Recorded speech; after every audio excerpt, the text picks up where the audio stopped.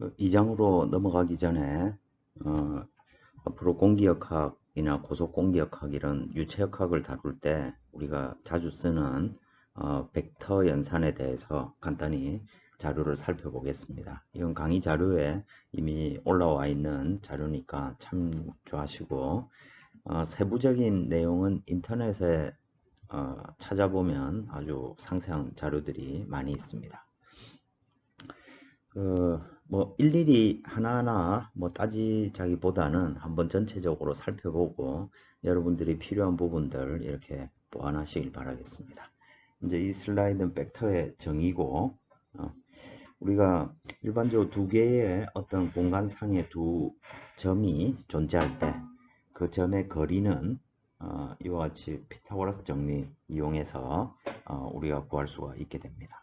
이걸 이제 두 점을 하나의 벡터로 우리가 생각을 한다면 그 벡터의 크기가 두 점 간의 거리가 된다는 얘기고, 만약에 우리가 어떤 벡터를 A, B, C라고 표현했다고 하면 그 벡터의 크기는 이와 같이 피타고라스 룰에 따라 정의가 되겠습니다. 이 벡터가 가지는 기본적인 속성에 대한 자료입니다. 여기서 보면 두 개의 벡터 V와 W가 정해져 있을 때 배수를 하면 그냥 각 요소들, 그리고 합하면 각 요소들을 서로 합한다는 얘기가 되겠고, 순서를 바꿔도 되고 뭐 등등 이런 얘기들이 쭉 있습니다. 그래서 우리가 이걸 요 밑에 있는 도식처럼 세 개의 벡터를 더한다 라고 했을 때 그 벡터를 순서와 상관없이 u와 v를 더하고 거기에 w를 더한 결과나 u에다가 v와 w를 더한 결과를 더한 거나 똑같다, 뭐 이런 얘기가 되겠죠. 그리고 우리는 어떤 벡터 요소가 v는 v1, v2 이렇게 주어져 있을 때 요거를 크기가 v1인 놈의 i 방향 벡터라고 부르죠. v2, j 뭐 이런 형태로 표현할 수 있게 됩니다. 뭐 여기에 나와 있는 게 그 얘기입니다. 다 아는 사실들이고, 그리고 이 무엇보다도 이 중요한 것이 이 벡터의 곱입니다. 벡터 두 개를 곱한다. 예를 들어 우리가 물리학이나 뭐 공학에서 벡터 두 개의 곱을 다루는 문제. 예를 들어서 우리가 대표적인 게 2를 계산하는 것이죠. 2의 정의가 뭡니까? 어떤 물체에 힘을 가해 가지고 움직여서 거리 s만큼 변했을 때 우리는 그 2를 어떻게 표현합니까? W 한 1은 어떤 힘이 거리만큼 움직였다는 얘기는 그만큼 힘을 줘가지고 여기에다 에너지를 더해줬다는 얘기입니다. 그 양이 한 1이 되는 것이고, 그런데 문제는 요 힘 F도 벡터고 물체가 움직인 변이도 벡터입니다. 그래서 사실은 이 둘은 크기가 자기 자신이 되고, 근데 요 벡터가 어떻게 곱해지느냐에 따라서 우리는 내적과 외적으로 나누는데 이 일은 내적과 같다는 얘기입니다. 뭐 여러분들이 물리할 때 많이 배웠듯이 내가 만약에 손으로 이런 물체를 이렇게 들고 있다. 이 얘기는 이 물체에 중력이 작용하고 있고 나는 이 물체를 장력 T로 당기고 있는 것이죠. 저 위치에 있다는 얘기는. 근데 이렇게 들고 내가 이쪽 방향으로 거리 S만큼 움직였다 라고 하면 내가 한 일은 어떻게 됩니까? 없습니다. 아무 한 일이 없는 것이죠. 나는 이 물체에 아무런 힘도 가해주지 않은 것이 되는 겁니다. 그저 나는 중력에 대해서 힘을 지탱하고 있을 뿐인 거죠. 그래서 이 벡터, 즉 장력과 변이, 움직임 변이, 가 서로 수직이라고 하면 이건 한 일이 없는 것과 같은 상황인 거죠.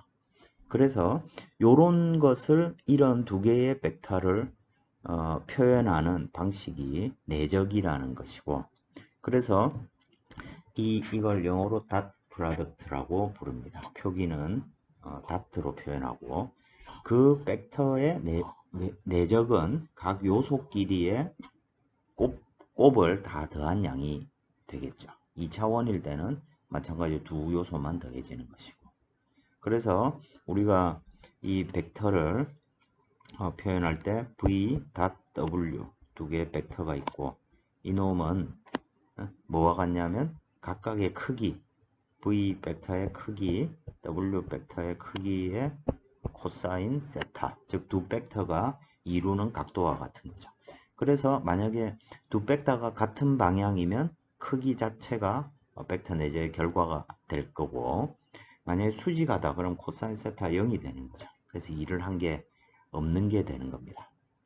그래서 우리가 일에 대한 표현, 물리적인 이 개념을 표현하기 위해서 우리는 내적이라는 수학적인 개념을 사용하는 것이죠. 이 내적은 다음과 같은 성질들을 갖고 있습니다. 그래서 수학 이런 거 할 때 이 식을 많이 쓰죠. 그죠? 코시 슈바르츠 부등식 해서 크기가 벡터의 내적의 크기는 두 벡터 크기 각각 곱한 것보다 작다. 왜냐면 코사인 세타가 들어가니까 그런 거죠. 그죠? 그리고 한 벡터의 크기는 내적의 결과와 같다. 뭐 이런 것들이 우리가 많이 사용이 됩니다. 그리고 제일 위에 노란색 테두리로 있듯이 두 개의 0이 아닌 벡터 V와 W가 수직하다. 이 말은 뭐와 같은 말이냐면 두 벡터의 내적이 0이라는 것과 같습니다. 너무 많이 해서 잘 아는 것이죠. 그 다음에 나오는 게 벡터의 외적입니다. 외적은 크로스 프로덕트라고 부르고 표기는 곱하기 표시를 이용합니다. 주로 이 개념은 우리들이 역학에서는 모먼트를 표현할 때 돌림 힘, 그죠? 우리 물리할 때는 돌림 힘이라고 배웠습니다. 모먼트. 돌림 힘이 뭡니까? 어떤 축이 중심점이 있고, 중심점이 여기 있고, 어떤 물체에 힘 F가 만약에 작용했다. 그리고 얘의 거리가 어떤 L만큼 떨어져 있다. 라고 했을 때 우리는 이 점을 기준으로 어떤 돌림 힘을 가해줬냐면 힘 곱하기 거리만큼의 돌림 힘을 가해줬습니다. 근데 중요한 건 이것도 마찬가지로 둘 사이의 관계가 중요한 거죠. 그래서 이 점을 기준으로 해서 이 물체가 있는 위치를 나타낸 벡터를 R 벡터라고 하고, 힘도 당연히 벡터입니다. 그래서 우리는 이걸 R 벡터 크로스 F 벡터, 정의에 따라서는 R과 F 자리가 바뀌기도 합니다. 근데 그저 부호의 문제겠죠.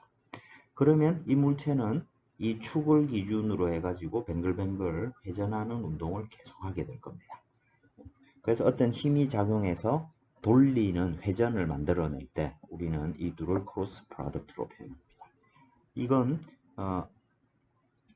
크기는 어떻게 되냐면 R 벡터의 크기랑 F 벡터의 크기의 사인 세타가 될 겁니다. 왜 그럴까요? 만약에 세타가 0도라든지 180도다 라고 하면 힘이 똑같이 물체에 작용하지만 이 막대의 방향으로 힘이 작용하니까 얘는 사실상 회전 운동을 하나도 만들어내지 못합니다. 이 경우에는 90도일 때 이 힘이 회전에 가장 큰 영향을 주게 되겠죠. 그래서 크기가 사인 세타로 표현됩니다. 또 이 회전 운동은 벡터죠. 무슨 말이냐면 힘이 이쪽 위쪽 방향으로 작용한 거랑 아래쪽 방향으로 작용한 거랑 돌아가는 방향이 다릅니다. 근데 2차원적으로 놓고 볼 때도 그러면 돌아가는 방향이 다르니까 이건 벡터의 개념이 필요하겠죠. 그 결과가. 그죠? 모멘트도 벡터가 될 겁니다. 그러면 얘의 방향을 어디로 잡는 게 가장 합당할까요? 이 면에 수직한 게 뚫고 나오는 방향 또는 면 안으로 종이 이 슬라이드 안으로 들어가는 방향. 그 방향은 이 물체가 어느 위치에서 돌고 있더라도 모두 항상 똑같은 방향이 되니까 그 방향은 이 두 벡터의 수직한 방향이 가장 합당한 방향이 될 것입니다. 이와 같이 어떤 회전 운동을 우리가 표현할 때 두 벡터의 곱을 활용하고 그 크기는 이와 같이 계산할 수가 있습니다. A 크로스 B는 IJK 쓰고 각 요소 XYZ, XYZ를 쓰고 그 표현은 이와 같이 이루어지는 것이죠. 그래서 이걸 간단하게 산수를 해보면 뭐 이런 얘기가 되겠죠. 요 먼저 I라는 요소를 기준으로 생각을 해보면 여기에는 I가 있을 때는 요 라인, 각 라인을 뺀 나머지 요 요소의 크기가 될 겁니다. AY, AZ, BY, BZ.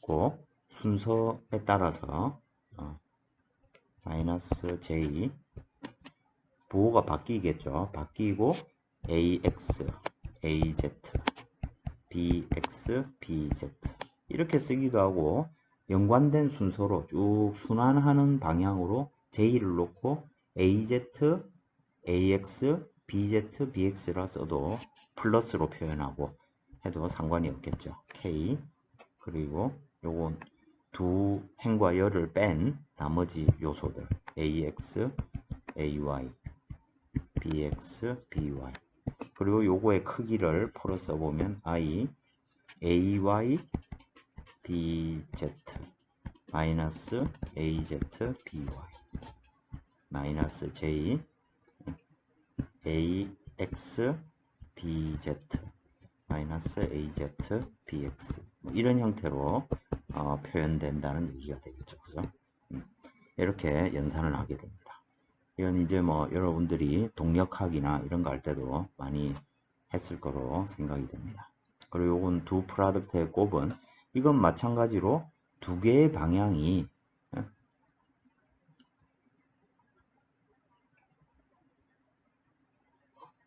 두 크로스 프로덕트의 방향은 V와 W의 스팬에 수직하다. 왜냐하면 V와 W가 만들어내는 면의 수직한 방향이 이 벡터의 방향이라는 걸 말해주고 있습니다.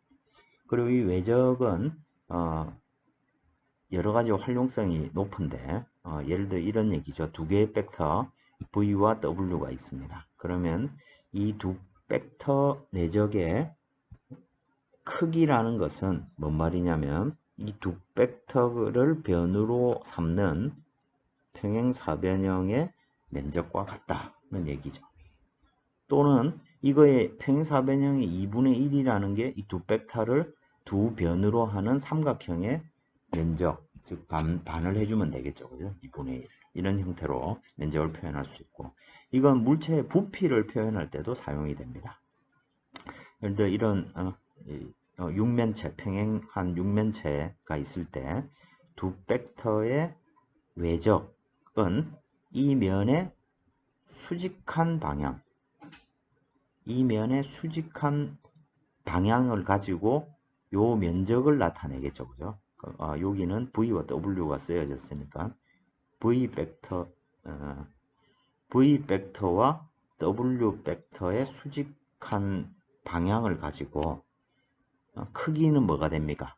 이 두 벡터가 만들어내는 요 평행사변형의 면적이 되겠죠. 그거에다가 U의 코사인 성분, 그 벡터의 코사인 성분이라는 것은 요 높이에 해당되겠죠. 그죠? 그래서 우리는 이와 같이 어떤 요 요소의 볼륨, 부피를 이와 같이 표현할 수 있습니다. 또 이 벡터는 공간에서 선이나 면을 표현할 때 상당히 유용하죠. 어? 뭐 요거는 그냥 생략을 하고, 자, 우리가 어떤 평면을 정의할 때 평면상에 임의의 두 점이 있다고 하면 그 두 점을 잇는 벡터를 R 벡터라고 둘 수 있을 겁니다. 그리고 이 면에 수직한 어떤 면의 벡터가 이렇게 주어져 있을 때 이 둘은 수직하니까 직교 벡터라고 둘 수 있고, 그래서 그 수직한 노멀 벡터를 ABC라고 표현하면 이 ABC라는 노멀 벡터와 임의의 어떤 모든 점이 이 공간상에 있는 이 면 위에 있는 모든 점이 R 벡터로 표현될 수 있으니까 그 두 개의 내적을 하면 이와 같은 식을 얻게 될 겁니다. 이게 어떤 면, 우리가 P로 표현되는 이 어떤 면의 포인트 노멀 폼, 어떤 포인트 한 점과 노멀 벡터를 알면 면을 표현할 수 있다. 그런 의미가 되겠죠. 자, 이런 것들이 나중에 우리가 실제로 유체역학을 표현할 때 어디에 쓰입니까? 예를 들어 어떤 컨트롤 볼륨이 이렇게 있습니다. 컨트롤 볼륨이 이렇게 있고 유체가 여기서 들어와 가지고 여기로 나갑니다. 그러면 이 면, 나가는 면, 여기 벽이 이렇게 있다고 치고 이 나가는 면의 질량 유량은 어떻게 계산합니까? m·는 rho VA죠. 그죠? 근데 만약에 속도 벡터가 뭐 이런 식으로 표현되었다 라고 하면 이게 상수가 아니죠. 그죠? 그러면 이걸 적분형으로 표현을 해야 될 겁니다. 면에 대해서 rho V dA로 표현해야 될 겁니다. 근데 속도 벡터, 요 면에서 표현되는 속도는 벡터죠. 근데 우리는 그 질량유라고 구할 때 스칼라가 나와야 되니까 이게 내적이 돼야 될 거고 요 면도 벡터가 될 겁니다. 그럼 이 면의 요소는 어떻게 표현합니까? 면의 요소 벡터. 어떤 면이 있고 그 요소 벡터는 어떻게 표현합니까? 노멀 벡터를 이용하죠. 크기가 DA고 이 면이 향하는 방향은 면의 수직한 방향이다 라고 정의를 하는 겁니다. 그러면 이 식이 어떻게 됩니까? A라는 요소에 대해서 로 V 벡터 내적 노멀 벡터 DA가 되는 것이죠. 만약에 이런 상황이면 V와 N이 서로 내적으로 표현되어 있으니까 면의 방향은 이쪽 방향이 되겠죠. 그리고 이 아우터에서는 들어오는 곳에서의 면의 방향은 항상 우리가 컨트롤 볼륨 바깥을 향하는 방향이다 라고 생각을 하면 이쪽은 플러스 이쪽은 마이너스가 되겠죠. 속도 벡터를 내적하게 되면 그리고 이 속도 벡터와 면의 수직한 벡터가 서로 직교한다면 질량 유량도 존재하지 않는 형태로 표현되겠죠. 또 이 노멀 벡터 개념은 어떤 면을 우리가 표현할 때 이 면에 대해서 우리가 수직한 벡터를 항상 정의할 수가 있겠죠. 그죠? 그래서 이 면과 요 면의 이 익형 표면을 따라가는 벡터를 S 벡터라고 하면 요 면의 노멀 벡터하고 방향을 나타내는 S 벡터는 항상 0이 되겠죠. 그죠? 그래서 이 노멀 벡터를 나중에 찾으면 여러 가지로 유용하고 그때 이런 개념이 활용이 되는 것입니다. 그 다음에 이제 벡터와 연관돼서 우리가 공간좌표, 요거는 우리 이번 공기역학 할 때 여러분들이 좀 잘 기억을 해 두셔야 되는데 우리가 XYZ로 표현하는 이 직교 좌표계는 보통 칼테지언 코오디네이트이라고 부릅니다. 근데 우리가 풀려는 문제에 따라서 실린더 형태로 이 좌표계를 바꾸는 경우가 있고 구면 좌표계로 표현하는 경우들이 있습니다. 실린더 표현은 뭐냐면 원통이죠. 말 그대로 원통 내에 어떤 임의의 공간을 표현할 때는 R, 세타, Z, 즉 이 어떤 Z축을 원통이 높이 방향이 Z축인 거죠. 그리고 단면이 원입니다. 그러면 걔들은 R과 세타로 표현하는 게 편하겠죠. 어떤 단면이 원으로 이렇게 주어져 있을 때 이 단면 위에 임의의 위치 X와 Y라는 위치를 우린 뭐로 표현할 수 있다는 얘기입니까? R과 세타로 표현할 수 있다는 얘기입니다. 그랬을 때 당연히 여기에서 보다시피 x, y 축이면 x는 r 코사인 세타, y는 r 사인 세타 이런 형태로 표현이 되겠죠. 그리고 거꾸로 r 세타는 이렇게 크기 r은 x, y의 크기로 표현되고 각도는 탄젠트 인버스 x분의 y로 표현될 겁니다.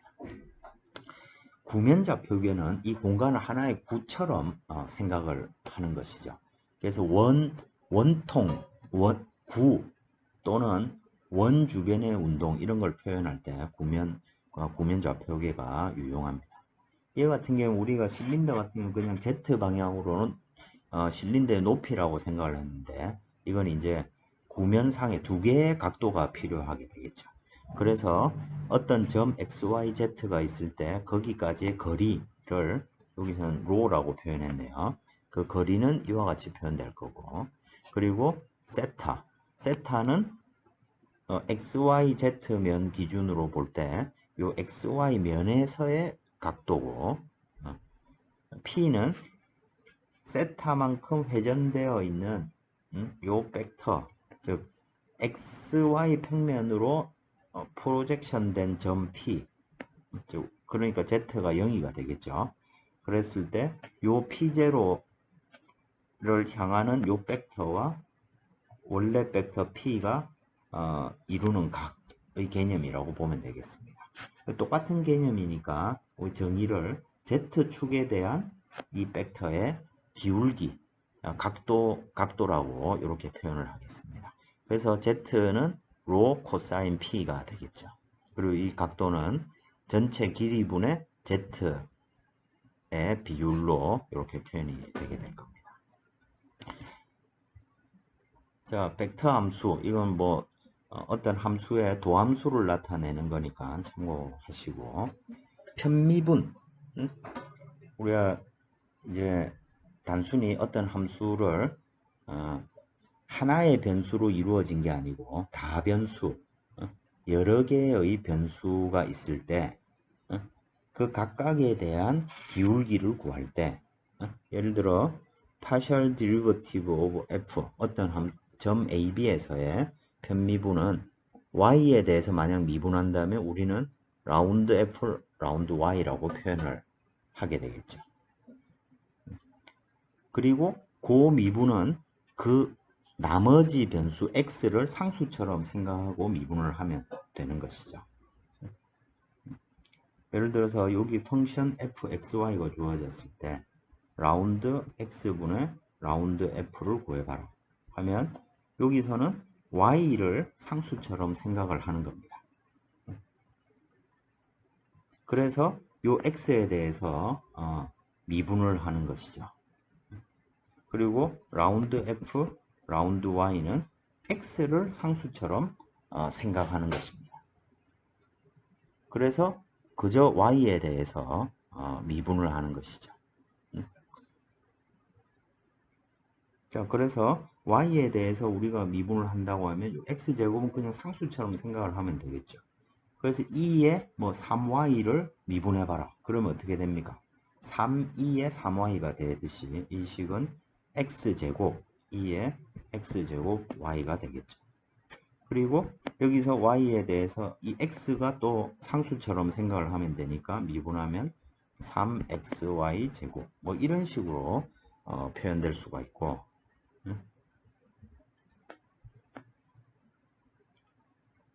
자, 이게 편미분의 기본적인 아이디어가 되겠습니다. 그리고 이게 이제 나중에 많이 쓰이는 것이 이런 얘기죠. 예를 들어 나중에 이런 문제를 여러분들이 만나게 될 겁니다. 만약에 라운드 Y, 라운드 F가 3Y 제곱이었다 라고 하면 이때 이걸 이용해서 fxy를 구해보세요 라고 하면 어떻게 구하면 됩니까? y에 대해 적분을 하면 되겠죠. 그러면 우리가 fxy는 어떻게 됩니까? 그저 y에 대해 적분하면 되니까 그냥 y 3승이 되겠죠. 그지?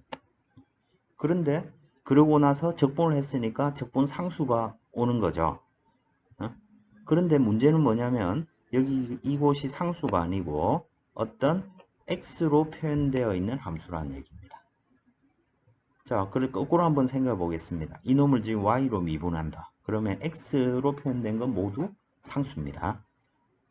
그러니까 요 y 3승은 3y 제곱이 되고 g의 x를 y로 편미분하면 뭐가 됩니까? 0이 되는 것이죠. 그러니까 여기는 그저 어떤 상수가 아니고 x로 표현된 어떤 함수, x로만 표현된 어떤 함수가 올 수 있는 것이죠. 그래서 이 문제는 이렇게 써야 정답이 되는 것이겠죠.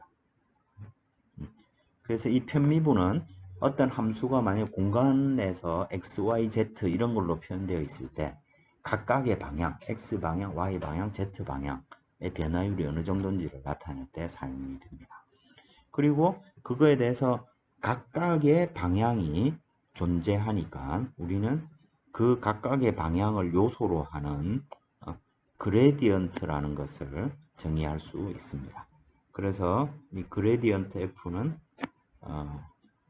이렇게 표현하고 이거는 각각의 방향을 미분한 놈을 요소로 가지는 그래서 여기에 써보면 라운드 F, 라운드 X, I 더하기 라운드 F, 라운드 Y, J 뭐 이런 형태로 표현되는 방정식이 벡터가 되는 것입니다.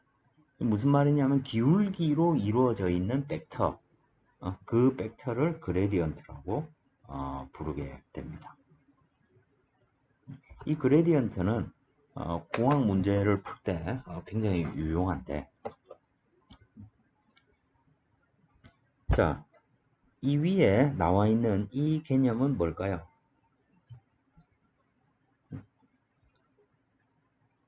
만약에 아래 얘기를 먼저 한번 보겠습니다.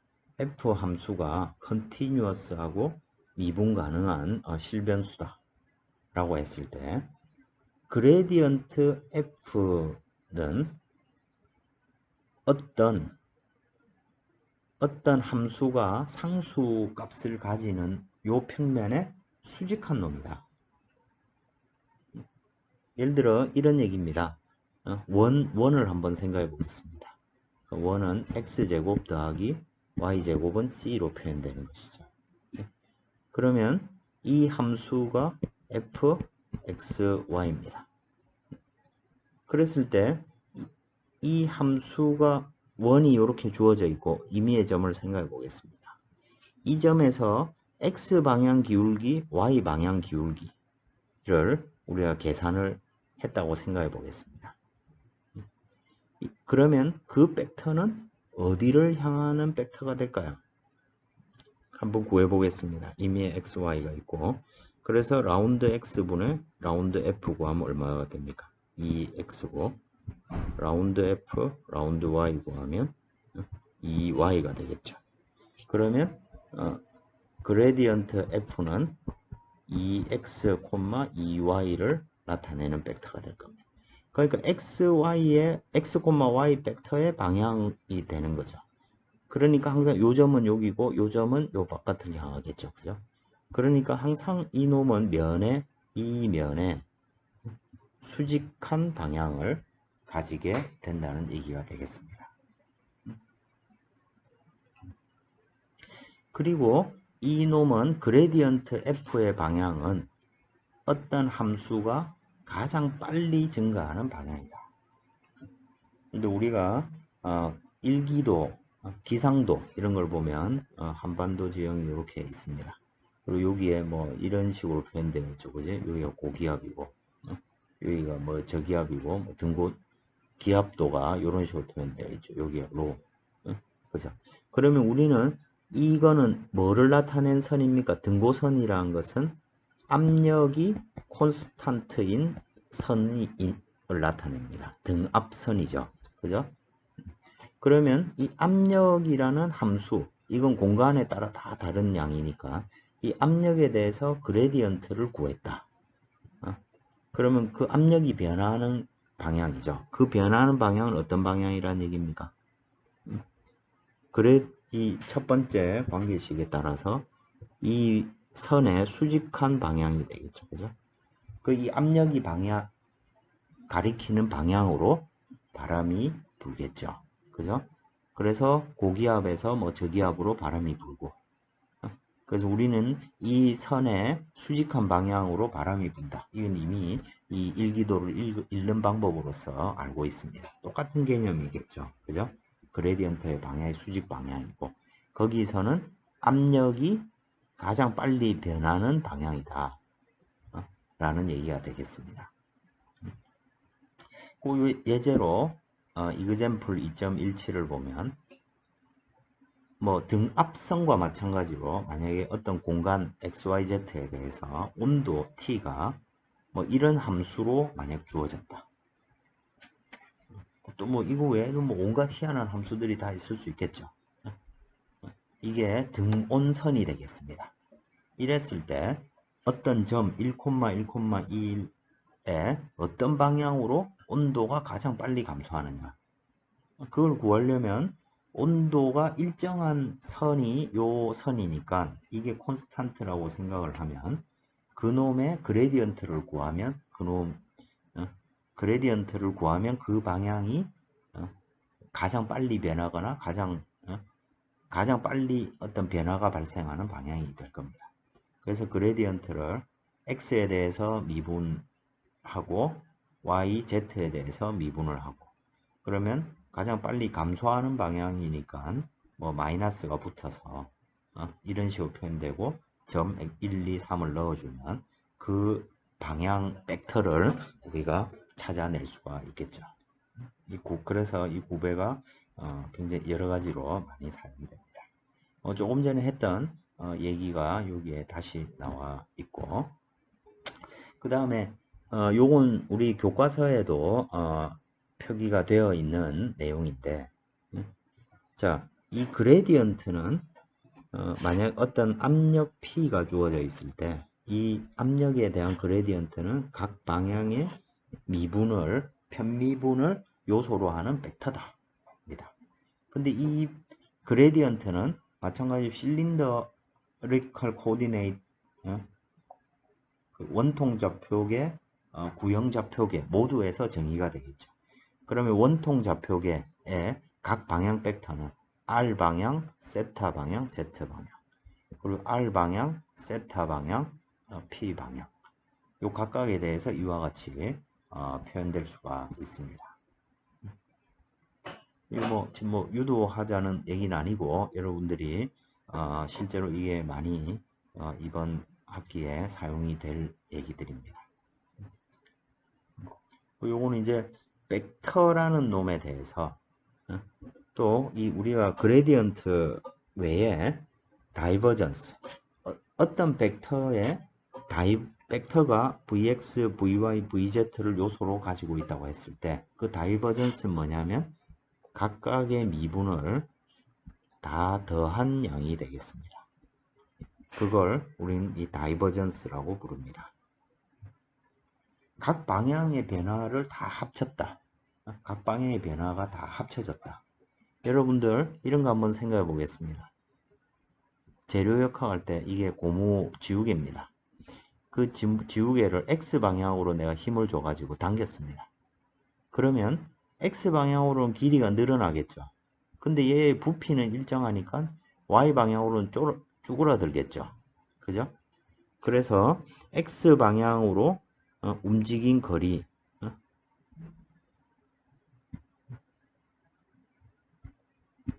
하고 y 방향으로 움직인 거리의 합은 항상 0이 된다는 얘기입니다. x 방향으로 그만큼 늘어났으면 y 방향으로는 그만큼 줄어야 된다는 얘기죠. 이런 거를 표현할 때 이 우리가 다이버전스를 많이 씁니다. 그래서 유체역학에서 자, 어떤 속도 벡터가 있고 그놈의 다이버전스가 0이다. 이 얘기는 무슨 말입니까? 어떤 유체 요소 컨트롤 볼륨이 있을 때 이놈이 x 방향으로 늘어난 거, y 방향으로 늘어난 거, z 방향으로 늘어난 걸 다 합치면 0이 된다. 그 얘기는 무슨 말입니까? 이놈은 압축이 되지 않고 부피가 일정하다. 이런 의미가 되겠죠. 그래서 이건 incompressible 유동을 나타낼 때 우리가 다이버전스를 이용합니다. 그래서 속도 벡터만 알면 우리는 이놈이 incompressible인지 compressible인지 알 수 있다는 얘기죠. 그리고 이 속도 벡터는 cylindrical, spherical coordinate에서 다 표현될 수 있고 그때 관계식은 이와 같이 상당히 복잡합니다만 이와 같이 표현될 수가 있겠습니다. 여러분들이 스페리칼은 우리가 사용을 하지 않겠지만 이번 학기에 실린드리칼 코디네이트에 대해서는 이런 정의들을 여러분들이 좀 기억을 해 주셨으면 좋겠습니다. 마찬가지로 앞에서 우리가 크로스 프로덕트 할 때 회전을 나타내는 것처럼 컬 이것도 어떤 그레디언트 요소입니다. 그레디언트 벡터고 얘는 이렇게 표현합니다. 인자는 위에 인자는 없는데 이놈은 그냥 각 방향 미분을 나타내는 연산자입니다. 그래서 어떤 벡터에 이 컬 연산자를 곱해 크로스 프로덕트를 하면 이것도 뭔가 회전을 나타내는 놈이 되겠죠. 그죠? 그래서 이런 연산을 우리가 컬이라고 부릅니다. 우리 컬링 할 때 컬과 같습니다. 같은 의미죠. 그죠? 뭔가 말린다, 만다, 회전을 시킨다 이런 의미죠. 그랬을 때 그거는 미분 연산자가 있고 V라는 벡터를 미분하는 것이죠. 그랬을 때 각 요소는 이와 같이 표현될 수가 있을 겁니다. 이건 또 실린더리컬, 스페리컬에서 이와 같이 표현되는 것이죠. 그래도 이것도 마찬가지로 이 실린더리컬 코디네이트에서 표현은 여러분들이 좀 잘 알아줬으면 좋겠습니다.